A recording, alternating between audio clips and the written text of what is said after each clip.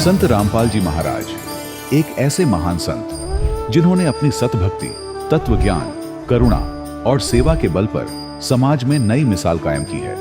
संत रामपाल जी महाराज की अगुवाई में उनके सभी सतलोक आश्रमों से समाज कल्याण के अद्भुत कार्यों ने समाज को सुनहरे भविष्य की एक नई उम्मीद दिखाई है।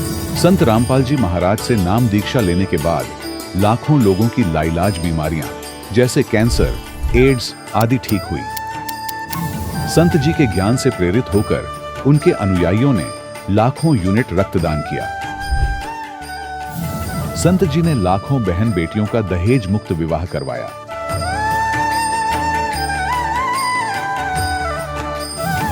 संत जी ने लाखों लोगों का नशा छुड़वाया, करोड़ों उजड़े परिवार बसे।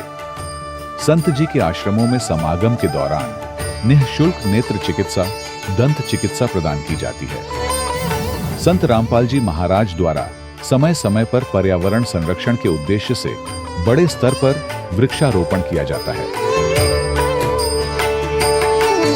संत जी ने जरूरतमंदों को तत्काल राहत पहुंचाने के लिए एम्बुलेंस सेवा शुरू की। संत जी अपने अनुयायियों को देहदान के लिए प्रेरित करते हैं, जिससे मानवता की सेवा और चिकित्सा क्षेत्र में सुधार हो सके।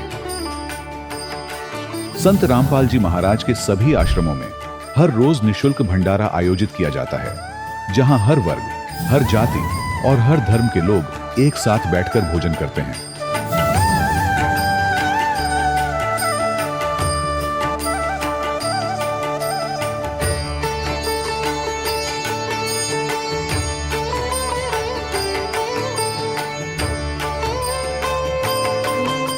संत रामपाल जी महाराज की अन्नपूर्णा मुहिम ने गरीब और बेसहारा लोगों के जीवन में एक नई ऊर्जा और उम्मीद को जन्म दिया है। घर घर खाद्य सामग्री और जरूरी मदद पहुंचाकर संत रामपाल जी महाराज ने लोगों को दुख और मजबूरी से लड़ने की ताकत प्रदान की है।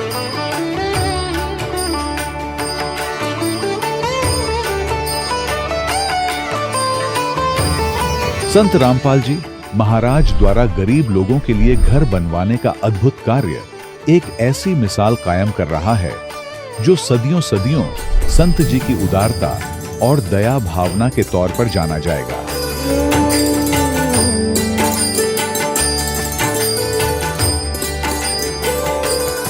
संत रामपाल जी महाराज के आश्रम में हजारों बुजुर्गों को सम्मान और प्यार के साथ जीवन जीने का अवसर मिलता है।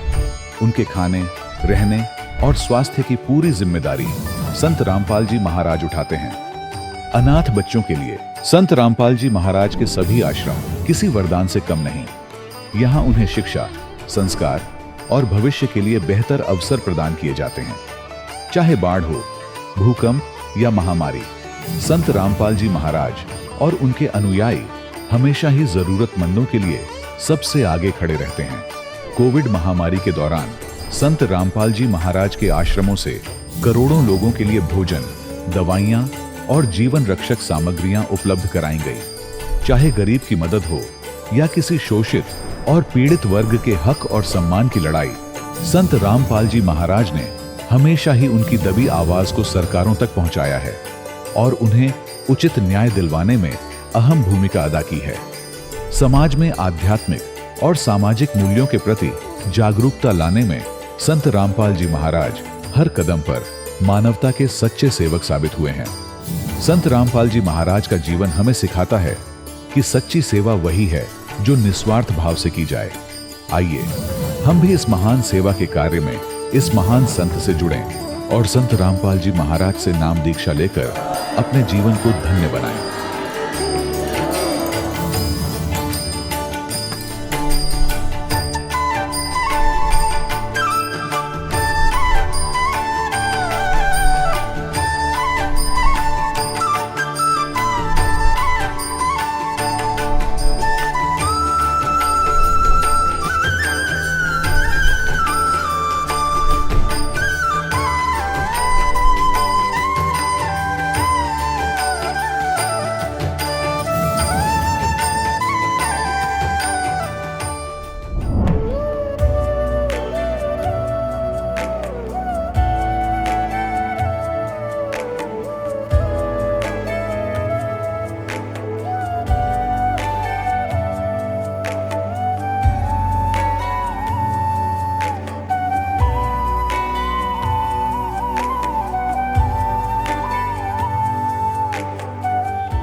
पवित्र श्रीमद् भागवत गीता, पवित्र चारों वेद, पवित्र कुरान शरीफ, पवित्र बाइबल, पवित्र गुरु ग्रंथ साहिब, पवित्र कबीर साहिब की वाणी में छुपे हुए गूढ़ रहस्य अर्थात तत्व को जानने के लिए कृपया अवश्य सुनिए जगत गुरु तत्वदर्शी संत रामपाल जी महाराज के मंगल प्रवचन। सत साहिब दर्शकों, मनुष्य अपने जीवन में शारीरिक सुख और मानसिक शांति की तलाश में अपने धर्म में प्रचलित सभी प्रकार की भक्ति साधनाएं करता है, लेकिन फिर भी उसके जीवन में न तो उसे वास्तविक सुख प्राप्त होता है और न ही मानसिक शांति, तो वह निराश हो जाता है और उसका विश्वास डगमगाने लगता है।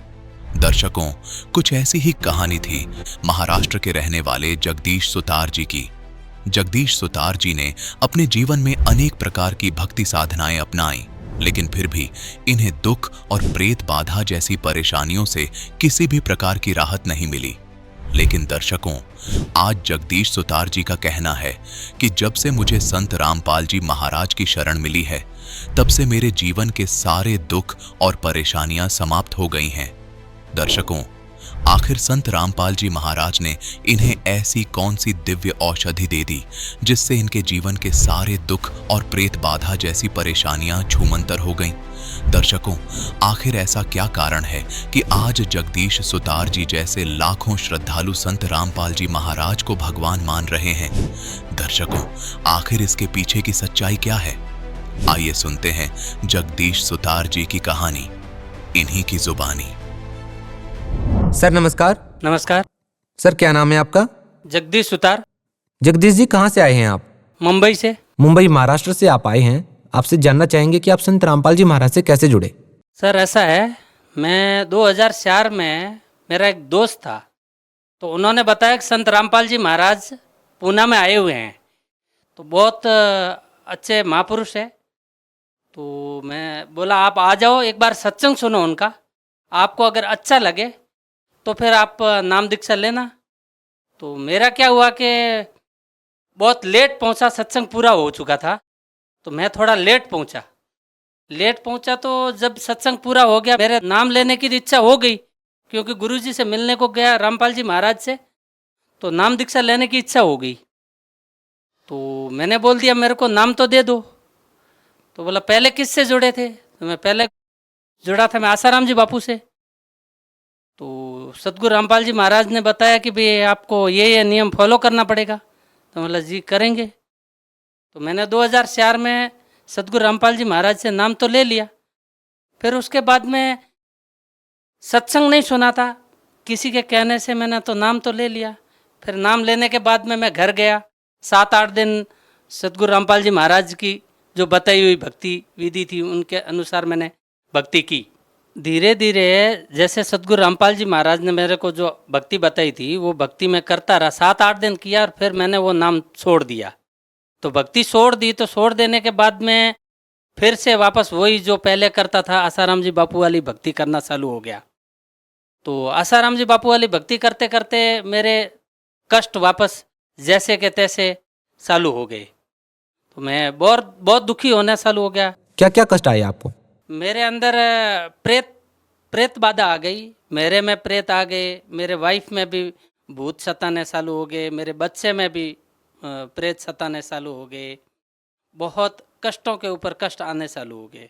उसके बाद आपके साथ क्या हुआ? आपने संत रामपाल जी महाराज से नाम दीक्षा ली और कुछ दिन करने के बाद आपने वो साधना छोड़ दी और फिर आपने आसाराम बापू जी से नाम दीक्षा ली।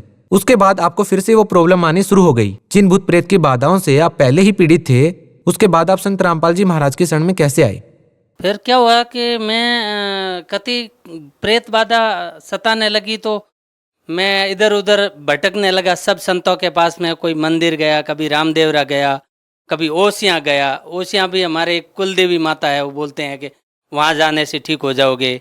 तो कभी किसी ने बताया कि रामदेवरा की जाके उधर अगर प्रसाद चढ़ा के आ जाओगे तो ठीक हो जाओगे, उधर भी गया। उसके बाद में मैं एक इधर जालोर साइड में एक और स्थान है, वहाँ पे भी एक कोई संती है, उनके पास में भी गया। उनके बताई हुई साधना के अनुसार भी मैंने भक्ति की। फिर भी मैं दिन ब दिन कंडेम होता गया, मेरा मतलब शरीर एकदम सूख गया। मेरी वाइफ का भी शरीर कति कंडम हो गया। मेरे बच्चे के अंदर मतलब ऐसे प्रेत आते थे, मतलब जैसे बिस्तर पे सोया है और सोए सोए को एकदम ऐसे दर्द होता था कि 2-2 फुट ऐसे ऊपर कूदता था। तो हम डॉक्टर के पास में गए, हमारे पास ना और कोई रास्ता भी तो नहीं था। दवाखाने जाते थे, दवाखाने दवा दिला के आते थे, फिर दवा से कुछ फर्क पड़ता ही नहीं था। घर आते ही वही कहानी चालू हो जाती थी। फिर ऐसे भटकते भटकते हमने कम से कम तो 2004 से लगा के 2011 तक बहुत धक्के खाए। मुंबई में मेरा घर था, मेरा मुंबई में घर बिक गया और शरीर से मैं कति कंडम हो गया। मैं बीच में मेरे को प्रेत 2007 में प्रेत सताने चालू हुए, तो मेरे को घर तक जाने के लिए मैं कैसे गया मेरे को खुद को पता भी नहीं है। और मैं जाते जाते एकदम मतलब जैसे शरीर शांत होता वैसा शरीर शांत हो गया। घर वालों ने सोच लिया था कि अभी इनकी अंतिम ये आखिरी सीढ़ी है। सब इधर उधर जा जू के थक चुके थे। फिर हम लोगों ने सोचा कि अभी क्या करें, विचार ही कर रहे थे। 2007 में मेरे को तकलीफ हुई, तो 2007 के बाद में 4-5 साल मैंने भटका इधर उधर सब संतों के पास में। किसी के पास में साधन दिखा नहीं, तो मेरे दोस्त ने बताया कि भाई तुम 2004 में सदगुरु रामपाल जी महाराज से जो नाम लिया था, वो अगर नाम तुम लेता है तो शायद बच सकता है। मेरे बचने की उम्मीद थी नहीं। मेरे दोस्त ने बताया कि तुम जाके अगर नाम ले लेगा तो शायद तेरी जान बच सकती है। तो मैं 2011 में जून में बच्चों की छुट्टियां हो गई थी, मैं घर आया। घर में सब मेरे माता पिता को सबको पूछ लिया कि भाई अभी मैं क्या करूं। मेरे दिन तो अभी पूरे हो चुके हैं, मैं कति कंडम हो चुका हूं। मेरे को अभी जाना है तो कहाँ जाना है, या तो आप रास्ता बता दो। तो बोला वहाँ जाने से क्या ठीक हो जाएगा। तो बोला ठीक नहीं हो जाएगा तो और कोई जगह है तो आप बता दो, मैं वहाँ जाके आ जाता हूँ। तो 3-4 जगह और कहीं बताया तो मैं वहाँ भी जाके आ गया। तो वहाँ जाके आया तो उधर से भी कोई आराम आया नहीं। तो आराम आया नहीं तो मैं बोला मैं तो अभी सदगुरु रामपाल जी महाराज जी के ही शरण में जाऊँगा, वही अभी जो करेंगे मेरा वही करेंगे। तो 13 जून 2011 में मैं सदगुरु रामपाल जी महाराज जी के आश्रम में पहुँचा। वहाँ पहुँचने के बाद में मेरे को अंदर आश्रम के अंदर जाते ही मेरे को राहत महसूस हो गई कि मेरे को अभी ये यहाँ कुछ मेरा अपना भगवान है, ऐसा महसूस होना चालू हो गया। तो मैं 13 जून 2011 में मैंने सदगुरु रामपाल जी महाराज से नाम लिया। नाम दीक्षा लेते ही मेरे शरीर के अंदर एकदम मतलब प्रेत जितने भी कष्ट थे एकदम शांत हो गए। सर, हमने हजारों लोगों के इंटरव्यू लिए हैं। आप पहले ऐसे शख्स हैं जिन्होंने संत रामपाल जी महाराज से नाम दीक्षा ली और नाम दीक्षा लेने के बाद छोड़ भी दी। उसके बाद आप हिंदुस्तान के सभी धर्मगुरुओं के पास गए। 7 साल के बाद आप दोबारा से फिर संत रामपाल जी महाराज की शरण में आए अपने सभी कष्टों का निवारण करवाने के लिए। क्या आपको अभी भी लगता है कि किसी और संत के पास जाना पड़ेगा या जा सकते हैं आप? मेरे को आज तो क्या, मेरे जब तक ये शरीर में सांस रहेगा तब तक भी मेरे को और कहीं अदर जाने की इच्छा भी नहीं होती है। सर, क्या कारण रहा कि आप पहले वो शख्स हैं जिन्होंने संत रामपाल जी महाराज से नाम दीक्षा ली और छोड़ दी, और जिस दूसरे संत की शरण में आप गए, अक्सर हम देखते हैं कि जो दूसरे संतों से नाम दीक्षा लिए हुए होते हैं वो संत रामपाल जी महाराज की शरण में आते हैं, लेकिन आपने संत रामपाल जी महाराज से नाम दीक्षा लेकर के किसी दूसरे संत से नाम दीक्षा ली। लेकिन आप पहले ऐसे शख्स हैं जो संत रामपाल जी महाराज से नाम दीक्षा लेने के बाद दूसरे संतों के पास गए और फिर दोबारा से संत रामपाल जी महाराज की शरण में आकर के नाम दीक्षा ले लेते हैं। आखिर आपको नाम दीक्षा क्यों छोड़नी पड़ी? जी ऐसा है, मैंने जो सदगुरु रामपाल जी महाराज जी का सत्संग नहीं सुना था, मेरे दोस्त ने बताया था कि तुम आ जा और नाम ले ले। सदगुरु रामपाल जी महाराज जी का ये सत्संग और ये गुरु जी का ज्ञान ऐसा है कि जिसको अगर ज्ञान के जरिए अगर कोई परमात्मा सदगुरु रामपाल जी महाराज जी के शरण में अगर पहुंचता है तो वो शख्स जिंदगी में कभी ये सोच नहीं सकता कि मैं सदगुरु रामपाल जी महाराज को छोड़ के अदर कोई संत के पास में जाऊं। ऐसा कभी लाइफ में वो सोच नहीं सकता। देखिए, आपने बताया कि आपके पूरे परिवार को भूत प्रेत की बाधा थी, आपको बहुत सारी परेशानियां थी। संत रामपाल जी महाराज के अनुयायी कहते हैं कि जब भी संत रामपाल जी महाराज की शरण में वो गए हैं तो उनका नशा भी छूटा है और बहुत सारी समस्याएं, बीमारियां थी वो भी छूटी हैं, वो भी दूर हुई हैं। हम आपसे जानना चाह रहे हैं कि क्या आप पहले कोई नशा करते थे? ऐसे तो सदगुरु रामपाल जी महाराज जी की पहले से ही दया ही रही है। मैंने नशा कोई जीवन में किया नहीं था, फिर भी ये मन रुक नहीं रहा था कहीं न कहीं कभी न कभार वो कुछ न कुछ गलती कर बैठता था। कभी दारू पी लेता था, तो कभी बियर पी लेता था, कभी किसी के साथ में गलत कर्म भी कर देता था। लेकिन जिस दिन से परमात्मा 2011 में सदगुरु रामपाल जी महाराज से जुड़ा, उसके बाद में तो परमात्मा ने ऐसी दया बख्शी है कि मेरी मन की इच्छा ही नहीं होती है कि मैं अदर कोई संत के पास न जाऊं या नशे के आसपास पे भी जाऊं। सर धन्यवाद। सत साहेब। दर्शकों, अभी आपने सुने संत रामपाल जी महाराज से दीक्षा प्राप्त करके सुखी हुए भक्त के अनुभव। अब देखिए जगत गुरु तत्वदर्शी संत रामपाल जी महाराज के मंगल प्रवचन। और कह रहे थे राम नाम सत्य है, वो कह रहा था आज भाई ने फुर्सत है, तो दूसरे उसके और व्यक्ति कह रहे थे तू ठीक बोल, के कहें के सोचेंगे ये करके, अगर मैं ठीक का बोल रहा हूं। तो पुण्यात्माओं, तो यहां क्या बता रहे हैं कि संसारी दी गल्ला चिन्ह नहीं बूझे शब्द जो गहरे नो, ये मुर्दों से ती प्रीत लगावे न जाने सतगुरु मेरे। अब मुर्दों से ती प्रीत कैसे लगावे? एक बाबा था, गांव में रहता था, मर गया, उसकी समाधि बना दी, सारा गांव माथा टेका हुआ, वो खाक देगा। अब जैसे कोई वैद्य है, कोई डॉक्टर था और अच्छा जानकार वैद्य था, नाड़ी पकड़ के रोग बता देता था, दवाई जानता था, दे दिया, ठीक हो गया। और अब वो मर गया, मरने के बाद उसकी समाधि बना दी, उड़ा मूर्ति भी बना लो उसकी, और फिर वहां उससे माथा टेकने जा और दवाई लेने जा, वो खाक दवाई देगा। ऐसा ही वैद्य खोजना पड़ेगा जैसा वो था, और वो वैद्य आज सतलोक आश्रम में है, इस पृथ्वी पर नहीं है।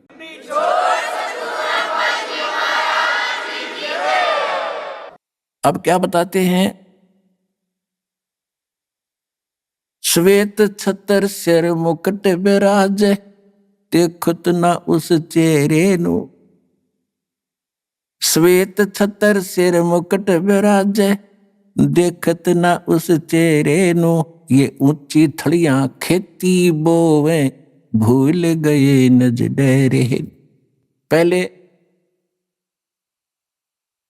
वर्षा के ऊपर निर्भर होता था सारा खेती किसानी। जब ये बाणी बोली थी परमात्मा के बच्चे गरीबदास जी ने, अब उस समय कह रहे थे कि जिसके पास डहर खेत हो, डहर होता है नीचे का झील का खेत, ऊंचे स्थानों पर वर्षा हुआ जल भी वहां आ जाता है उस नीचे के स्थानों में, और डहर एक उपजाऊ जमीन होता है। थलियों पर तो मनमाने किले में ओवे 5 मन गेहूं बाजरा मुश्किल थे, जब वर्षा हो जाता है वो भी, और नीचे हो जा 50 मन किले में 60 मन। तो परमात्मा कह रहे हैं कि जिन साधनाओं को आप कर रहे हो और जिन देवताओं को, जिन भगवानों को आप इष्ट मान के पूज रहे हो, ऐसा कर रहे हो जैसे ऊंची थलियों पर खेती बो के तुम धनी बनने की इंतजार कर रहे हो, कोशिश कर रहे हो। और ये जो हम साधना बताते हैं, हम जो कबीर भगवान बताते हैं, ये समझ लो डहर है आपका, डहर वो उपजाऊ जमीन है। 1 मन गेहूं डालोगे तो 70 मन देगा आपने।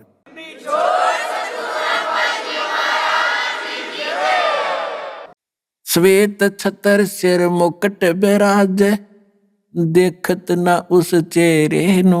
ये ऊंची थलियां खेती बोवे, भूल गए नज डेरे नु। ये संसार समझदा नाही, कंधा श्याम दोपहरे नु। अपन आत्माओं देखो कैसा हमारे साथ बना हुआ है। अब जैसे कोई रिलेटिव है, रिश्तेदार, और कोर्ट में चला गया, कचहरियों में आगे रिश्तेदार मिल गया, तो हम क्या करते हैं? हेलो, और ठीक हो? हाथ मिलाओगे? हाँ जी ठीक ठाक, सब ठीक है। कचहरियों में ठीक ठाक का कोई से का काम नहीं, दोनों दुखी। कचहरियों में गया आदमी ठीक हो सकता है? क्या सताया हुआ या किसी ने सता रहा होगा। 100 चिंताएं होती हैं, आज पता नहीं गवाही की तारीख है, आज फलानी तारीख है, पता नहीं क्या होगा। परमात्मा कहते हैं आपने तो काल की भांग पी रखी है। जैसे कोई रिश्तेदार मेडिकल में कोई बच्चा बालक बीमार है, मिलने जाते हैं रिश्तेदार, हाथ मिलाओगे और ठीक ठाक, कहाँ पर ठीक है सब, बाकी हो बालक का तकलीफ गड़ी है, फिर खाक ठीक है, लड़का मरण हो रहा, बोला वो और तो ठीक ठाक है। तो यहाँ परमात्मा कहते हैं तुम इस ठीक ठाक को समझ नहीं सके, ये ठीक क्या है यहाँ पर। अब क्या बताते हैं, जैसे एक शराब पिए पड़ा था दोपहरी में, गर्मियों का मौसम, और पसीना पसीना रेत में पड़ा, और उसको कोई कह रहा है कि उठ भाई तुझे वहां वृक्ष के नीचे बैठा देता हूं, वो कहता है छोड़ दे मौज हो रही है। तो ये हालत हमारी इस काल के लोक में, 36 समस्या हमारे सामने, रात में लाओ दिन ठीक ठाक है, खाक ठीक ठाक है यहाँ पर। तो कहते हैं ये संसार समझदा नाही, कहंदा शाम दोपहर नू, जलती धूप ने मौज हो रही है, कति ठंडी हवा चल है। ये संसार समझदा नाही, कहंदा शाम दोपहर, दोपहर की आग में नौकर सीलक सी है। गरीब दास ये वक्त जात है, रोगे इस पैरे, कि याद कर रोया करोगे इस मनुष्य जीवन जो हाथ तो चलाएगा गलत साधना करके या बगैर साधना के, जैसे कुत्ता रोया कर रात में, उसका एहसास होता है कि मेरे से गलती बन गई। मैं तो दे दी है बालम याणे नू, मैं तो दे दी है बालम याणे नू, मैं तो दे दी याणे नू, मैं तो दे दी है बालम याणे नू। गीता और भागवत पढ़े, नहीं बूझे शब्द ठिकाने नू। गीता और भागवत पढ़े, नहीं बूझे शब्द ठिकाने नू। मन मथुरा दिल द्वारका नगरी, क्या फिर बरसाने नू। मैं तो दे दी है बालम याणे नू, मैं तो। जब फुरमान धनी का आवे, को राखे घर जाने नू। जब फुरमान धनी का आवे, कौन राखे घर जाने नू। जा सतगुरु का शरणा लीजे, मेटे जम तल बाणे नू। मैं तो दे दी है बालम याणे नू, मैं तो दे दी है बालम याणे नू। उत्तर दक्षिण पूरब पश्चिम, फिरदा दाणे दाणे नू। उत्तर दक्षिण पूरब पश्चिम, फिरदा दाणे दाणे नू। सर्व कला सतगुरु साहेब की, हरि आणे नू। सर्व कला सतगुरु साहेब की, हरि आणे नू। मैं तो दे दी है बालम याणे नू, मैं तो दे दी है बालम याणे नू। जम किंकर का राज कठिन है, ना वो छोड़े राजा राणे नू। जम किंकर का राज कठिन है, नहीं छोड़े राजा राणे नू। या दुनिया दा जीवन झूठा, तुम भूल गए मर जाने नू। या दुनिया दा जीवन झूठा, भूल गए मर जाने नू। मैं तो दे दी याणे नू, मैं तो दे दी है बालम याणे नू। शील संतोष विवेक विचारो, दूर करो जुल्माणे नू। शील संतोष विवेक विचारो, दूर करो जुल्माणे नू। ज्ञान दराज ध्यान दी तुरिया, कोई जाने पान रसाणे नू। मैं तो दे दी है बालम याणे नू, मैं तो दे दी है बालम याणे नू। मैं तो दे दी। महल कपाट सतगुरु ने खोले, अमी महारस खाने नू। महल कपाट सतगुरु ने खोले, अमी महारस खाने नू। गरीब दास सुन भंवर उड़ावे, गगन मंडल रम जाने नू। मैं तो दे दी है बालम याणे नू, मैं तो दे दी है बालम याणे नू। अब क्या बता रहे हैं गरीबदास जी? गीता और भागवत पढ़े, ना बुझे शब्द ठिकाने नु। गीता पढ़ते हैं और उसने पढ़े, कहते गीता पढ़े और गीता में ज्ञान क्या लिखा है कह का नहीं पता। गीता और भागवत पढ़े, नहीं बुझ शब्द ठिकाने नु, यानी ठीक जो सत ज्ञान है उस मंत्र को ये नहीं पूछ रहे हैं। अब क्या बताते हैं? जब फुरमान धनी का आवे, को रख घर जाने नु, और जा सतगुरु का शरणा ले लो, जो मेटे जम तल बाणे नु, मैं तो दे दी। अब क्या बताते हैं कि जब तुम्हारा समय पूरा होगा मनुष्य जीवन, अब यम के दूत आपको लेने के लिए आएंगे। आप चाहे शिव के पुजारी हो, चाहे विष्णु के, चाहे माता दुर्गा और किसी के भी, चाहे ब्रह्म के और चाहे पर ब्रह्म के, आपको कोई नहीं रोक सकता। उस समय आपको जाना ही पड़ेगा। और यदि आप परमेश्वर कबीर जी की शरण में इस दास के माध्यम से आ जाओगे, परमात्मा उसको भगा देगा कि छोड़ो, अब ये मेरा बच्चा है, तुम इसमें कुछ नहीं मांगते।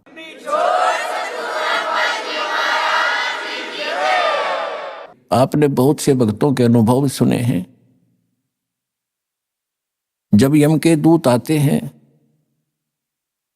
एक भक्त कह रहा था जी मैं सौपन सोच रहा था, रात में मेरी मृत्यु होगी।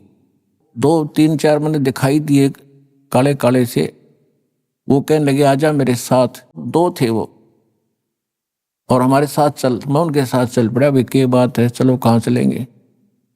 बहुत ऊंचे ले गए मेरे को। मैंने पूछा भाई कहाँ ले जा रहे हो? कि धर्मराज के पास ले जाएंगे तुझे। और फिर क्या करोगे? फिर जैसा उनका आदेश होगा वैसा करेंगे। नरक में डालना होगा नरक में डाल देंगे, और गधा कुत्ता बनाना होगा तो वहां भेज देंगे। तो उसने सोचा मैं मर गया क्या? कहने लगा हाँ मर लिया तू। तो भी मैंने तो नाम ले रखा है, मैं तो कबीर साहब का शिष्य हूँ। गुरुजी हमें बताते रहते हैं कि काल के दूत तुम ले जा नहीं सकते, तुम कैसे लाए मेरे को? मैं नहीं जाता। कहने मैं वहीं खड़ा हो गया, और निकट जा लिए थे धर्मराज के दरबार के बाहर खड़े। ने बोला ना जाओ अंदर। उन गेला में गुट्टम गुट्टा झगड़ा होगा दोनों के साथ। तो उसने एक कहने लगा भाई पहले पूछता, फाइनल कर ले कि हम इसके खाम का खस्से जावे, एक बार जा वेरीफाई करके आ तू। वो उसके मेरे पास एक रह गया, एक अंदर गया, और उसने जाकर पूछा जी ऐसे ऐसे एक व्यक्ति को लाए हैं जैसा आपका आदेश हुआ था। और वो कहता मैं तो नाम ले रखा है। और कबीर भगवान से परमात्मा का कहते हैं वो बैठा था, दाढ़ी सी वाला बड़ा सा आदमी दिखा बिला मेरे को झांकी में गए। उसने उठा के देखी वही घनी उलट सुलट कर कहने बोला रे कित लिया इसने, मन ने भी मरवाओगे तुम, छोड़ के आओ इसको तो वापस।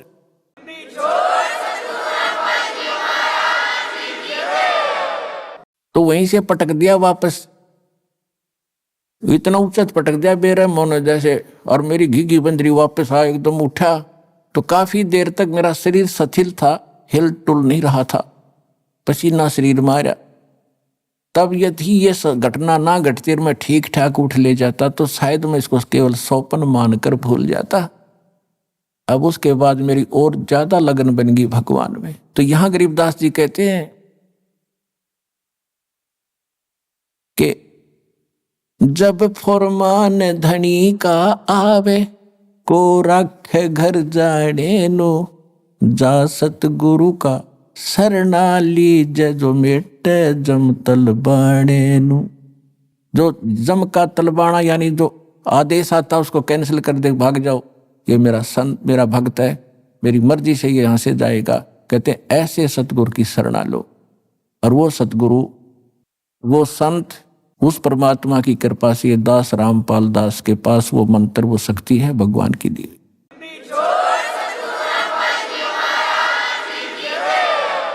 अब आगे क्या बताते हैं? उत्तर दक्षिण पूर्व पश्चिम, फिर दाने दाने नु, और सर्व कला सतगुरु साहेब की, हरि आए हरि आने नु। एक भक्त कह रहा था जी अभी मुझे अब दास तो पता नहीं कितने भक्तों से मिलता है, उनकी प्रार्थना होती है।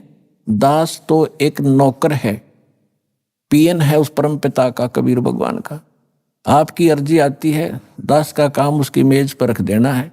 किसकी सुनाई होती है किसकी ना होती है वो जाने। एक भक्त ने कहा जी मैं विदेश जाना चाहता हूँ, अमेरिका का वीजा चाहता हूँ, और बन नहीं रहा, मैंने सारे प्रयत्न कर लिए। मैंने कहा बेटा विश्वास करेगा तो यहीं तेरा अमेरिका बना देंगे। तो उसका वो काम बनया नहीं, इसलिए या जैसा भी वो रह गया, नहीं गया।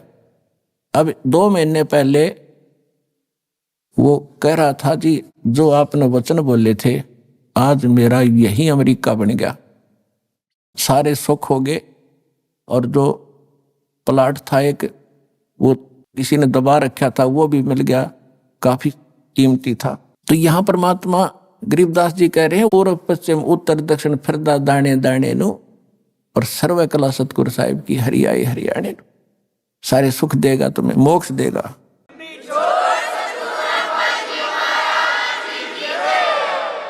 मैं तो दे दी है बाल में गूंगे नु, मैं तो दे दिए बाल में गूंगे नु। जा बालम दी मैं बल बल जावा, जो दान लगावे ओंगे नु। छाड़ा मूल फूल क्या तोड़े, कहाँ चढ़ावे सूंगे नु। दूध गऊ दा बच्चा पी गया फिर क्या कढ़ावे चूंगे नु। या तन देही विनस जात है, बहुर आनियो भूंगे नु। या तन देही हाथ न आवे, कहा करेगा रूंगे नु। नग नारायण भूल रहा है, कहा परखे मोती मूंगे नु। गरीब दास यो साखा सुख है, बीज न बोया ढूंगे नु। अब ये बिल्कुल हरियाणवी लैंग्वेज में ये शब्द है गरीबदास जी का कि मैं तो दे दी बालम गूंगे नु। यानी इसको जब सही मतलब की बात होती है तो ये साथ नहीं देता, वो बकवास करें जाएगा, बटपट बोलें जा और मंत्र करें तो पता नहीं कहाँ कहाँ घूमने लग जाएगा। इस मन के बारे में कहा है। फिर क्या बताते हैं कि जा बालम दी बलबल जावा, जो ध्यान लगावे ऊंगे नु। यानी जब आपका मन इतना सद जाएगा, सीधा हो जाएगा कि संसारिक झंझटों को और अनुपासना को छोड़कर और परमात्मा की तरफ, यानी ऊंगे को, इंगे और ऊंगे, इधर उधर, इधर यहाँ काल के लोक में, अरूंगे ने उधर को सतलोक में। कहते उस मन की मैं बलिहारी जाऊं जो उस परमात्मा की तरफ ऊंगे को ध्यान लगाता है। और गरीब दास यो साखा सुख है, बीज न बोया ढूंगे नु। ढूंगे माने गहरा बीज ना बोने वाला, यानी ऊपरले मनते जो भक्ति करता है वह कामयाब नहीं होगी जब तक हृदय में कसक बना और सच्चे दिल से भक्ति नहीं करोगे। तो वो जो गहरा बीज बो रहे हैं उनका बीज अच्छा उगता है, और जो ऊपरे डाला वो बीज सूख जाता है, वो नष्ट हो जाता है। तो यहां कहते हैं गरीब दासियों साखा सुख है, बीज ना बोया ढूंगे नु। पुण्यात्माओं सौभाग्य आपका कि आपको ये अनमोल वचन सुनने को मिल रहे हैं। कहते हैं समझा है तो सिर धर पाओ, और बहुर नहीं रे ऐसा दाव। सुखदेव ने 84 भुक्ति बना पजावे खरवो, और तेरी क्या बुनियाद प्राणी तो पेंडा पंथ पकड़वो। कहते हैं सुखदेव जैसे ऋषि ने साधनाएं भी की फिर भी यहीं भटकते रहे, और तेरी क्या बुनियाद प्राणी, छोटी मोटी साधना अनुपासना करके आप मोक्ष चाहते हो तो पेंडा पंथ पकड़वो। कौन सा पंथ, कौन सा मार्ग? जो सतगुरु ज्ञान देता है उसको ग्रहण करो। अपने आत्माओं एक परमात्मा की महिमा को समझने के लिए आपको थोड़ा सा समय की आवश्यकता पड़ेगी, क्योंकि जब तक हम समय नहीं निकालेंगे तो कुछ भी काम नहीं कर सकते। आप बच्चों को शिक्षा के लिए भेजते हो, 15, 20, 22 वर्ष तक बच्चे को फ्री छोड़ देते हो, बेटा या बेटी, और पैसा भी लगाते हो। किस लिए? क्योंकि आप परिचित हो इस बात से कि लड़का लड़की शिक्षित हो गया तो इसका रोजी रोटी ठीक मिल जाएगी, अच्छी बात है। और इसी प्रकार जब आपको इस बात का ज्ञान होगा कि मनुष्य जीवन किस लिए प्राप्त हुआ है, इसका मूल उद्देश्य क्या है, तो आप फिर इतना ही जोर, इतना ही समय और समर्पण इस साइड में होगे।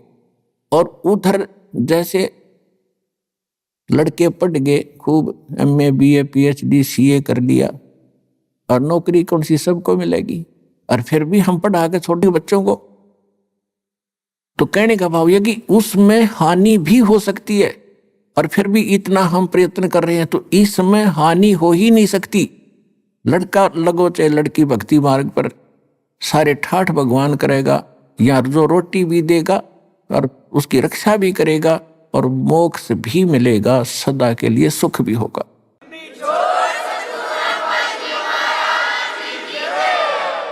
अब जैसे ये दास देख रहा है, छोटे छोटे बच्चों को लेकर के माताएं यहाँ पर पहुंच रही हैं इतनी गर्मी और सर्दी के अंदर, और कितनी कितनी दूर से आते हैं। ट्रेन के अंदर कितनी भीड़ होती है, सारा 2-2 दिन लग जाते हैं, दूर से आने वालों के 24-25 घंटे लग जाते हैं, 20-20 घंटे लग जाते हैं। तो ये क्यों आ रहे हैं? जैसे किसान, खासकर हरियाणा क्षेत्र में हम देखा करते थे, हमारे पिताजी और अन्य गांव के लोग, रात्रि के समय जैसे आज कितनी सर्दी है, और खेत में किसान का नहर से पानी का नंबर आ जाता है रात के 12 बजे, जनवरी का महीना, और शीत लहर चल रही होती है। अब हम तो कमरे बंद करके खिड़की द्वार सारे रजाई ओढ़ कर सोना पड़ता है कि ठंड ना लग जाए, और किसान एक कंबल खेस ओढ़ के और खेत में पहुंच जाता रात के 12 बजे उसी शीत लहर में।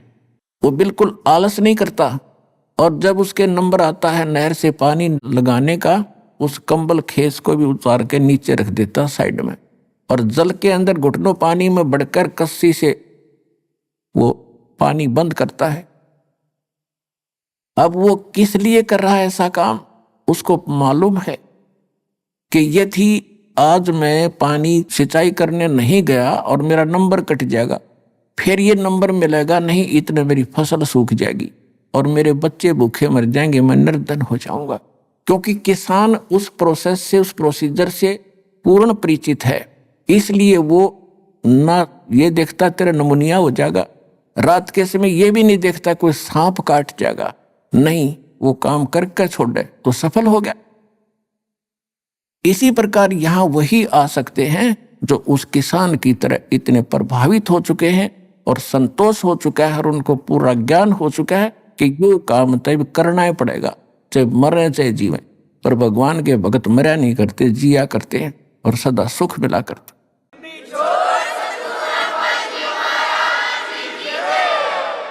इसलिए कहा है कि ये संसार समझदा नाही, कहंदा श्याम दोपहरे नू, गरीबदास ये वक्त जाते रोगे इस पैरे। समझा है तो सिर धर पाओ और बहोर नहीं रह सकता। अपने भाई बहनों को भी समझाओ, सारे संसार में ज्ञान फैलाओ, सारा विश्व सुखी होगा, सबको मोक्ष मिलेगा। ये वो टाइम आ गया है।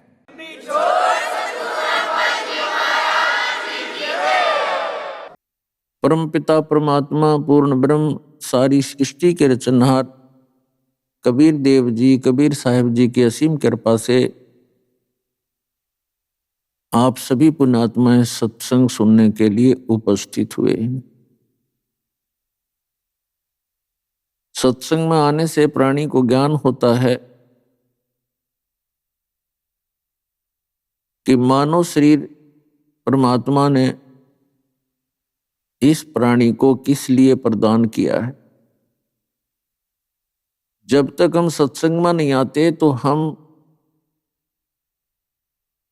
जो कर्म, जो क्रियाएं हम कर रहे होते हैं, उनको अंतिम मानकर ही हम करते रहते हैं। जब हम सत्संग सुनते हैं तो उस समय हमें अपने अस्तित्व का ज्ञान होता है, मनुष्य जीवन के उद्देश्य का ज्ञान होता है। उससे पहले जो क्रियाएं हम कर रहे होते हैं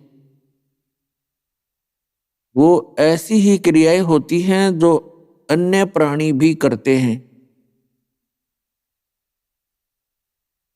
जो पशु पक्षी अन्य जलचर वो भी यही क्रियाएं करते हैं। संतानों उत्पत्ति, उनकी परवरिश, उनके अंदर मोह ममता और सारा जीवन उसी क्रिया में अपना वो व्यतीत कर जाते हैं। मानव भी यही क्रियाओं को करके अपना जीवन व्यतीत कर जाता है। सत्संग में आने से पता चलता है कि परमात्मा ने ये दया इस प्राणी पर मनुष्य शरीर की किस लिए बख्शी है और सत्संग उसे कहते हैं जिसमें यथार्थ ज्ञान हो। यथार्थ ज्ञान का हम कैसे निर्णय करें वो यथार्थ है या गलत है, व्यर्थ है, उसके लिए कोई आधार बनाना पड़ता है। आज तक जितने भी धर्म बने हैं उनका कोई ना कोई सद्ग्रंथ है और कुछ वर्तमान के अंदर काल प्रेरणा से दिग्भ्रष्ट संत बन गए हैं। वो क्या कहते हैं कि जो संत बोल देते हैं, जो संत ज्ञान देते हैं वही सच्चा होता है। वो साथ में ये भी कहते हैं कि जैसे वेद भी, गीता भी, पुराण भी, कुरान और बाइबल भी, ये भी किसी ने बोले हैं। और इसी प्रकार हमारे गुरुजी ने जो ज्ञान दिया है तो वो भी तो संत हैं। तो पुण्यात्माओं, ये भूल सत्संग से मिटती है कि जो सद्ग्रंथ हम मानते हैं वो किसी व्यक्ति विशेष के बोले हुए नहीं है। जैसे वेदों और गीता और पुराणों को हम अज्ञानतावश ये मानते हैं कि वेद व्यास जी ने बोले और लिखे हैं। लिखे तो वेद व्यास जी ने हैं, लेकिन उनके बोलने वाली अन्य शक्ति है। जैसे पवित्र चारों वेद और पवित्र श्रीमद् भगवत गीता, ये परमात्मा का दिया हुआ ज्ञान है, किसी व्यक्ति विशेष का बोला हुआ नहीं है। अभी आपने सुने संत रामपाल जी महाराज के मंगल प्रवचन। आइए अब सुनते हैं संत रामपाल जी महाराज से नाम दीक्षा लेकर सतभक्ति करके अद्भुत लाभ प्राप्त करने वाले अनुयायी के विचार। दर्शकों, जीवन में सच्ची आत्मिक शांति और आध्यात्मिक लाभ की प्राप्ति केवल एक पूर्ण गुरु के मार्गदर्शन से ही संभव है। परंतु बहुत सारे साधक इस खोज में शास्त्र विरुद्ध साधनाओं और नकली धर्म गुरुओं के जाल में फंस जाते हैं, जिससे उनका कीमती जीवन व्यर्थ चला जाता है। ऐसी ही एक सच्ची कहानी है खंडवा मध्य प्रदेश के सुनील कुमार जी की, जिन्होंने पहले देवी देवताओं की पूजा की और फिर राधा स्वामी पंथ में 7 वर्षों तक भक्ति की, लेकिन फिर भी मन को सच्ची शांति नहीं मिली। एक दिन उनके जीवन का सबसे महत्वपूर्ण क्षण आया जब उन्हें संत रामपाल जी महाराज के रूप में पूर्ण गुरु की प्राप्ति हुई। नाम दीक्षा लेने के बाद उनका जीवन कैसे बदल गया, कैसे संत रामपाल जी महाराज के आशीर्वाद से उनके जीवन की कई समस्याएं समाप्त हुईं। आइए सुनते हैं सुनील कुमार जी के इस अद्भुत आध्यात्मिक सफर की कहानी, उनकी अपनी जुबानी। नमस्कार सर। नमस्ते सर। सर क्या नाम है आपका? सुनील दास है दास का नाम। सुनील दास जी आप कहाँ के रहने वाले हैं? हम मध्य प्रदेश के खंडवा जिले से रहने वाले हैं सर। सर संत रामपाल जी महाराज से नाम दीक्षा आपने कब ली? सर 6/7/2013 में संत रामपाल जी महाराज की शरण में गए हैं सर। सर संत रामपाल जी महाराज से नाम दीक्षा लेने से पहले क्या आप कोई भक्ति साधना भी करते थे? जी सर, भक्ति साधना तो वही करते थे जो परंपराएं के परिवार में चला करती, लेकिन उनसे हमें कोई लाभ नहीं मिला सर। उसके बाद सर हमारे गांव में एक सत्संगी राधा स्वामी जी के भगत जी थे, तो उनके यहाँ सत्संग चल रहा था, तो हम अपने खेती के कार्य से उनके घर पर चले गए। तो वहाँ पर एक भजन उन्होंने गाया कि चेतो मेरे प्यारे तेरे भले की कहूँ, और गुरु तो पूरा ढूंढ तेरे भले की कहूँ। तो हमने सोचा सर हमारे बारे में कोई कह रहा है कि भाई चेत, जब भाई तुम्हारे मैं भले की बोल रहा हूँ, तो हमें वो ज्ञान बहुत अच्छा लगा सर। तो धीरे धीरे फिर हम वो राधा स्वामी बाग आगरा से नाम दीक्षा ले ली सर हमने। उन्होंने धुन्यात्मक नाम दिया कि धुन्यात्मक नाम जो कान बंद करके और उसकी धुन सुनो, सतलोक में परमात्मा की अखंड धुन चल रही है, घंटे शंख की धुन बज रही है, तो हम उसी में लग गए सर। तो वो भक्ति हमने थोड़े दिन की, तो हम थोड़े दिन तक हमें अच्छा लगा, लेकिन धीरे धीरे जैसे हम भक्ति करने लगे ज़्यादा, तो हमें कुछ मतलब उसमें आनंद नहीं आ रहा है, मतलब साधना करते करते हम थोड़े डिस्टर्ब होने लग गए। राधा स्वामी में ज्ञान ये भी हमने सुना है कि वक्त के गुरु से ही हमारा मोक्ष होगा, क्योंकि वक्त गुरु की बड़ी महिमा गाई गई है कि वक्त के गुरु से ही हमें मोक्ष मिलेगा। तो वक्त के गुरु की खोज फिर हम अब कहाँ करें, क्योंकि विश्व में सबसे बड़ा पंथ राधा स्वामी पंथ है, जो पूरे विश्व में फैला हुआ है और लाखों करोड़ों अनुयायी हैं। तो कुछ राधा स्वामी पंथ के जो हमारे पुराने साथी थे, उनसे हमने पूछा कि भाई हमें तो बहुत तकलीफ होती है यार, हम भक्ति भी करते हैं फिर भी मन नहीं लगता। तो बोले भाई गुरु जी से ऐसे ही परमात्मा से बर्दाश्त की ताकत मांगो तो कर्म कटेंगे। फिर थोड़े दिन बाद ऐसे लगा कि यार ये क्या है भाई, धीरे धीरे मतलब हम नास्तिकता की तरफ चले गए।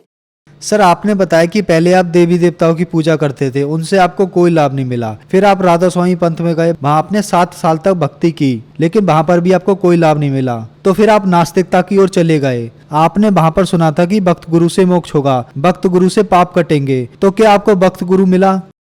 संत रामपाल जी महाराज के रूप में पूर्ण परमेश्वर कबीर साहब के अवतार संत रामपाल जी महाराज वक्त के संत सदगुरु और पूर्ण गुरु हैं, कि उनके सारे प्रमाण हैं। सब राधा स्वामी पंथ का तो कोई इतिहास में नाम ही नहीं इनका। जो शिव दयाल जी महाराज है, इनके तो कोई गुरु नहीं है, और ये खुद हुक्का पीते हैं। तो कहीं से भी देखो, जैसे हमारे श्रीमद् भगवत गीता है, वेद है, जो भी महापुरुषों की जिन्होंने सतलोक पहुँचे हैं, जिनका मोक्ष है, उनके इतिहास में कई राधा स्वामी का वर्णन नहीं है। अब राधा स्वामी पंथ में तो सब जगह से वाणियाँ ले रखी उन्होंने, दादू साहब की ले ली, मलुकदास जी की ले ली, कबीर साहब जी की ले ली, नानक जी की वाणी ले ली। तो ये तो राधा स्वामी पंथ सर ये कोई मतलब ये मोक्ष का मार्ग वाला पंथ नहीं है, और ना ही ये जो नाम जाप करते हैं, इस नाम से कोई मोक्ष नहीं होगा। राधा स्वामी पंथ में एक भगत जी थे, मतलब उनके शिष्य थे, वो बहुत भक्ति करते थे, 2-2, 3-3 घंटे भक्ति करते थे। उनका नाम लक्ष्मी नारायण दास है। उनके कोई रिश्तेदार थे, तो उन्होंने बताया यार भैया वो राधा स्वामी पंथ में वो अपने जो लक्ष्मी नारायण जी हैं, उन्होंने और गुरु बदल लिए। तो हमने सोचा यार विश्व में सबसे बड़ा पंथ तो राधा स्वामी पंथ है, और वो भी स्वामी बाग आगरा से, क्योंकि सारे जितने पंथ निकले वो स्वामी बाग आगरा से ही निकले हैं। तो इन्होंने और ऐसा कौन सा गुरु बदल लिया कि ऐसे व्यक्ति के पास मैं जरूर जाऊंगा। तो सर हम वो हमारे जो भगत जी उनके पास गए, उनसे पूछा, तो परमात्मा की सिद्ध दया हुई संत रामपाल जी महाराज जी की कि वो भक्ति बोध और देखी। तो हमने हमारे जो कंसेप्ट थे वो क्लियर हो गए। हमने उनको बोला कि भाई हमको भी नाम दीक्षा लेना है। बोले आप ये पुस्तक पढ़ो और चैनल पे सत्संग सुनो। अब हमने सत्संग चालू किए, तो उसी दिन संत रामपाल जी महाराज जी ने वो शिवदयाल जी के बारे में जीवन चरित्र बताया उनका, कि शिवदयाल जी तो बुक्की में भूत बन के बैठे हुए हैं। तो हमारा तो दिमाग खराब हो गया कि यार ये संत डायरेक्ट ऐसे बोल रहे हैं, तो इनके पास बहुत बड़ा ज्ञान है, नहीं तो ऐसा कोई नहीं बोल सकता है, क्योंकि इतनी बड़ी बात बोलना कोई आम व्यक्ति नहीं बोल सकता, ये बहुत बड़े महापुरुष है। तो धीरे धीरे हम ऐसे उनके सत्संग सुनते रहे सर। तो 8 दिन लगभग हमने सत्संग सुने। फिर हमने संत रामपाल जी महाराज जी के जो शिष्य थे उनको बोला कि भगत जी हमको नाम दीक्षा लेनी है। तो फिर वो बोले चलो ठीक है भगत जी, हम नाम दीक्षा लेते हैं। तो ऐसे हमने 6/7/2013 को संत रामपाल जी महाराज की दया हुई हमारे ऊपर। सर हमने सुना है कि जो भी श्रद्धालु संत रामपाल जी महाराज से नाम दीक्षा लेते हैं उनको बहुत सारे लाभ प्राप्त होते हैं, चाहे वो आध्यात्मिक हो, भौतिक हो, शारीरिक हो या मानसिक हो। तो क्या आपको भी कोई लाभ प्राप्त हुए? क्योंकि पहले आप बहुत ज्यादा दुखी थे। सर लाभ तो यही हुआ कि सर जो आत्मा को सबसे पहले तो यही चाहती कि मनुष्य जीवन मेरा सफल हो गया सर, क्योंकि मुझे पूर्ण परमात्मा के रूप में संत रामपाल जी महाराज जी मिले हैं, भक्त गुरु, सच्चा संत मिले हैं, सच्चा ज्ञान मिला और सच्चे नाम मिले। तो सबसे बड़ा लाभ तो यही है सिर्फ मानव जीवन के लिए। हमें पहले साइनस की समस्या थी, तो उसके लिए हम बहुत सारे डॉक्टरों के पास हमने इलाज भी करवाया, फिर आखिर में उसका ऑपरेशन भी करवाया। साइनस की समस्या थी, तो नाक से पानी आता था और आँख से नाक से पानी आना। फिर दोबारा डॉक्टर के पास गए तो डॉक्टर बोले, इंदौर में सरकारी अस्पताल में गए तो उन्होंने बोला सर आपका फिर से ऑपरेशन होगा क्योंकि आपका ऑपरेशन ठीक नहीं है। तो मैंने बोला सर ऑपरेशन तो करवा लेंगे पर इससे फ़ायदा होगा, अब दोबारा तो नहीं हो बीमारी? बोले नहीं सर इसकी गारंटी नहीं हम लेते। तो मैंने बोला गारंटी नहीं लेते हो तो सर मुझे ऑपरेशन करवाने से क्या फ़ायदा है, मैं नहीं ऑपरेशन कराऊंगा, मैं ऐसे ही मर जाऊंगा तो अच्छा रहेगा सर। तो संत रामपाल जी महाराज की दया से अब वो ठीक है और मुझे साइनस की ऐसी कोई प्रॉब्लम नहीं है, मैं स्वस्थ हूँ। और मेरा जो बेटा है वो CS की जो एंट्रेंस एग्ज़ाम देने के लिए इंदौर गया था, तो वहाँ पर एक सब्जेक्ट में वो फेल हो गया। बोले पापा मैं फेल हो गया हूँ एक सब्जेक्ट में क्योंकि मेरे बहुत कम नंबर है। हमने बोला संत रामपाल जी महाराज जी चाहे जो कर सकते हैं तो आप परमात्मा पे विश्वास रखो, संत रामपाल जी महाराज जी पे विश्वास रखो और अपनी भक्ति करते रहो और संत रामपाल जी महाराज के द्वारा जो बताई गई सेवा साधना है वो करते रहो। तो सर 2 महीने तक हमारा बच्चा घर पे रिजल्ट जो आएगा उसका इंतज़ार करता रहा। फिर जब उसका रिजल्ट आया तो सर वो खंडवा जिले में फर्स्ट नंबर पास हुआ सदगुरु रामपाल जी महाराज जी की दया से। और 2 दिन तक पेपर में इसकी फ़ोटो आई तो हम भी हैरान हो गए कि ये बोल रहा था मैं फेल हो जाऊंगा और अब ये फर्स्ट नंबर पास हो रहा है। तो सर इससे बड़ा चमत्कार और क्या होगा सर हमारे साथ। और उसके बाद हमारी पत्नी है रेखा पटेल, वो भी संत रामपाल जी महाराज जी से नाम दीक्षा लिए हुए हैं। तो एक बार क्या हुआ कि वो चाय बना रही थी, वो चाय गैस पे से चाय रख दी और अचानक दूसरे कार्य में वो चले गए सामान लेने, तो उसमें पता नहीं छिपकली कैसे गिर गई, उनको भी पता नहीं था ना, किसी को नहीं पता था। अब चाय उबाल हो गई पूरी और चाय उन्होंने पी ली, मैं थोड़ा बाहर चले गया था तो उन्होंने सोचा मैं इनको बाद में दे दूंगी, तो पहले उन्होंने चाय ले ली और चाय पूरी वो पी गए। फिर बाद में जब मैं उधर से बाहर से आया तो उन्होंने मेरे को चाय दी, तो जैसे चाय डाली तो उसमें इतनी बड़ी छिपकली भी गिर गई।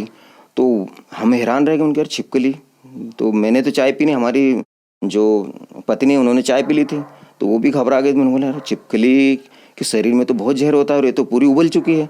तो मैंने बोला हम परमात्मा संत रामपाल जी महाराज जी की शरण में है, आप चिंता मत करो, गुरु जी ने जो हमें प्रसादी और अमृत झील दिए, गुरु जी को दंडवत प्रणाम करो, कुछ नहीं होगा। और किसी को बताना नहीं है अभी, क्योंकि हम बताएंगे तो हमें विचलित कर देंगे, तुमको डॉक्टर के पास ऐसा करो, भगवान पे विश्वास रखो, संत रामपाल जी महाराज जी सब ठीक करेंगे। तो ऐसा ही हुआ। हमारी पत्नी है, उन्होंने परमात्मा पे विश्वास रखा संत रामपाल जी महाराज पे और उनको कुछ भी नहीं हुआ, शाम तक वो ठीक हो गए। तो ये लाभ मिले सर हमें। और हमारी जो खेती थी तो सर हमारी फसल बहुत ख़राब हो रही थी, तो हमने सोचा ये फसल ख़राब हो जाएगी तो हम बच्चों की फीस कैसे भरेंगे। तो मन ही मन हम बहुत दुखी हो रहे थे। फिर हमने सोचा संत रामपाल जी महाराज से प्रार्थना लगाई, तो गुरु जी संत रामपाल जी महाराज के आदेश आया कि भाई परमात्मा दया करेंगे। तो भगत जी मालिक ने ऐसी दया करी कि हम ये सोच रहे थे कि इसमें 50,000 की फसल निकल आएगी तो ये बच्चों की फीस भर जाएंगे। तो मालिक ने संत रामपाल जी महाराज जी ने ऐसी दया करी कि उसी खेत में वो फसल 1,20,000 की निकली, जबकि मेरे को उम्मीद नहीं थी कि इसमें 50,000 की फसल निकले, तो उसमें 1,20,000 की फसल निकली। अब ये देखो कितना बड़ा चमत्कार संत रामपाल जी महाराज के द्वारा हुआ हमें। और उसके बाद हमारी गाय बीमार हो गई थी, हम सुबह दूध निकाल के लाए और घर पे चले गए, बाड़ा थोड़ा सा दूर है। तो वहाँ से आए तो गाय को देखा तो गाय बहुत फूल गई थी और मतलब वो तो तड़प रही थी इससे भयंकर तरीके से। तो हमारी पत्नी आई और वो रोने लग गई कि देखो गाय तो तड़प रही है, तो मर जाएगी ऐसा लग रहा है। फिर हम आए तो हमने सोचा यार ये तो गाय बहुत बीमार हो गई, क्या करें अब। तो वैसे हमने आश्रम प्रार्थना लगाई संत रामपाल जी महाराज से, तो गुरु जी के आदेश हुए हैं संत रामपाल जी महाराज के, भाई परमात्मा दया करेंगे। फिर हम 2 घंटे बाद गाय को देखने के लिए गए तो भगत जी वो स्वस्थ ऑटोमेटिक खड़ी हो गई और आराम से बैठ के चारा खा रही थी। संत रामपाल जी महाराज ने बहुत सारे लाभ दिए और छोटे मोटे लाभ तो संत रामपाल जी महाराज जी में देते रहते हैं भगत जी। सर संत रामपाल जी महाराज से नाम दीक्षा लेने के बाद आपको बहुत सारे लाभ प्राप्त हुए, तो जो श्रद्धालु आज आपको देख रहे हैं, खास करके राधा स्वामी वाले श्रद्धालुओं के लिए, उनके लिए आप क्या कहना चाहेंगे? सर जितने भी राधा स्वामी पंथ वाले हैं, जो भी मेरे भाई हैं उस पंथ से जुड़े हुए हैं, मैं उनसे यही हाथ जोड़ के प्रार्थना करना चाहता हूँ कि संत मार्ग में ये हुक्का पीना और ये नशा करना ये तो मना ही किया। और जो राधा स्वामी पंथ के मुखिया शिव दयाल जी खुद हुक्का पी रहे हैं, तो ये तो कहीं इसका प्रमाण नहीं है। जैसे कि परमात्मा बताते हैं कि जो हमारे अंदर देवी देवताओं के कमल बने हुए हैं, इन कमलों में तो ये जो गुटखा पाउच तम्बाकू सुपारी ये तो सब ये कमलों को बंद करते हैं। तो हमें सतलोक जाने का रास्ता कैसे खुलेगा? हम तो रास्ते बंद कर रहे हैं, तो हमारा मोक्ष कैसे होगा? तो ये ज्ञान, राधा स्वामी वाला ज्ञान और ये मंत्र मोक्ष मार्ग के नहीं है। आपसे एक ही निवेदन है कि कृपया एक बार शांति पूर्वक संत रामपाल जी महाराज जी द्वारा सृष्टि की रचना अवश्य सुने और अपने सदग्रंथों से मिलाए, क्योंकि हमारे सदग्रंथ बहुत पुराने हैं। श्रीमद् भगवत गीता 5,500 साल पुरानी है, हमारे सदग्रंथ बहुत पुराने हैं। उसमें राधा स्वामी का वर्णन कहीं नहीं है। कहाँ से पूर्ण गुरु और पूर्ण संत हो गए? पूर्ण परमात्मा तो कबीर साहब जी हैं, जिनका सारे वेद गीता सब में प्रमाण है। तो मैं हाथ जोड़कर यही निवेदन आपसे करना चाहूँगा कि इस ज्ञान को धैर्य से पूर्वक एक बार जरूर सुने। किसी प्रकार का अहंकार अभिमान ना करे, क्योंकि मनुष्य जन्म दुर्लभ है, मिले ना बारंबार। तरवर से पत्ता टूट गिरे फिर बहुत न लगता डार। ये मनुष्य जन्म हाथ से छूट जाएगा, उसके बाद हम बहुत बैठ के रोया करेंगे, पछताया करेंगे आप। तो आप सभी से यही निवेदन है कि एक बार संत रामपाल जी महाराज के द्वारा बताई गई सृष्टि रचना जरूर सुने, क्योंकि संत रामपाल जी महाराज ही इस विश्व में पूर्ण संत हैं। क्योंकि पूर्ण संत का ही नारा है कि जीव हमारी जाति है, मानव धर्म हमारा, हिंदू मुस्लिम सिख ईसाई धर्म नहीं कोई न्यारा। ये पूर्ण संत का उद्देश्य है। आज तक कोई पूर्ण संत नहीं है, सब अपने अपने अलग अलग धर्म मजहब की बात करते। पूर्ण संत तो संत रामपाल जी महाराज जी हैं। तभी तो वो बोल रहे हैं कि जीव हमारी जाति है, हमारी जात बता दी, हम जीव जाति है और मानव धर्म हमारा है। हिंदू मुस्लिम सिख ईसाई धर्म नहीं कोई नहीं आ रहा है, हम सब एक धर्म के बच्चे हैं परमात्मा के।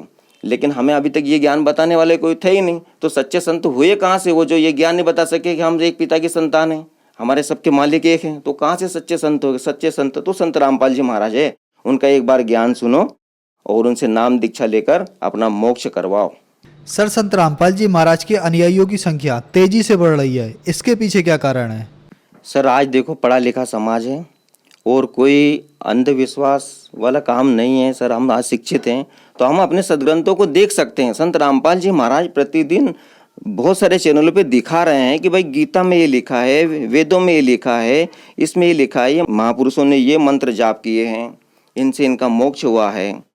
तो ये सच्चाई जनता तक पहुंच रही है और जनता जाग रही है, समझ रही है, क्योंकि आज सब एजुकेटेड हैं। हम किसी के बहकाव में नहीं आएंगे आज कि हम ऐसा कर लो ऐसा कर लो, नहीं। हम अपने सदग्रंथों को देख रहे हैं। कोई पढ़ाई का उद्देश्य तो हमारा यही है ना, हम पढ़े लिखे हैं तो हम कम से कम इतना तो समझ सकते हैं कि हमारी जो गीता जी, पहले हम क्या करते थे, हमने जैसे किसी ने बताया भाई गीता जी का एक पाठ कर लो, एक पन्ना पढ़ लो, तुम्हारा उद्धार हो जाएगा। बोले ये क्या बात?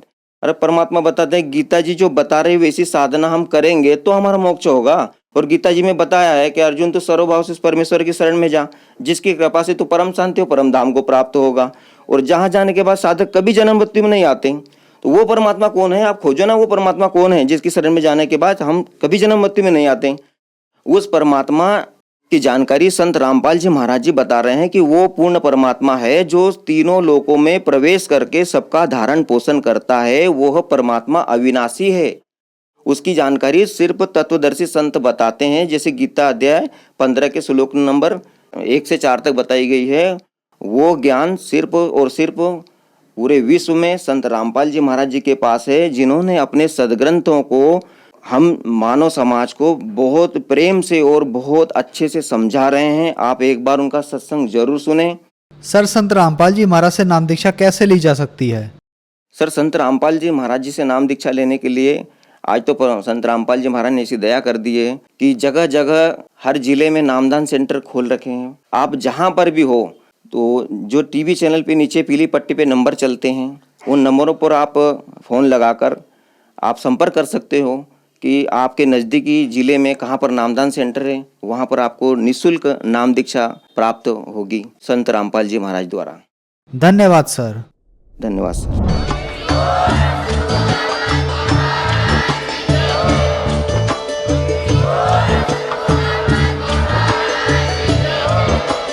आप सुन रहे थे जगत गुरु तत्वदर्शी संत रामपाल जी महाराज जी के मंगल प्रवचन। अधिक जानकारी के लिए विजिट कीजिए हमारी वेबसाइट www.jagatgururampalji.org। संत रामपाल जी महाराज जी के शुभ आशीर्वाद से पूरे विश्व भर में 500 से भी ज्यादा नाम दीक्षा केंद्र हैं, जिन पर संत रामपाल जी महाराज जी द्वारा ऑनलाइन निशुल्क नाम दीक्षा दी जा रही है। अपने नजदीकी नाम दीक्षा केंद्र का पता करने के लिए संपर्क करें 8222880541।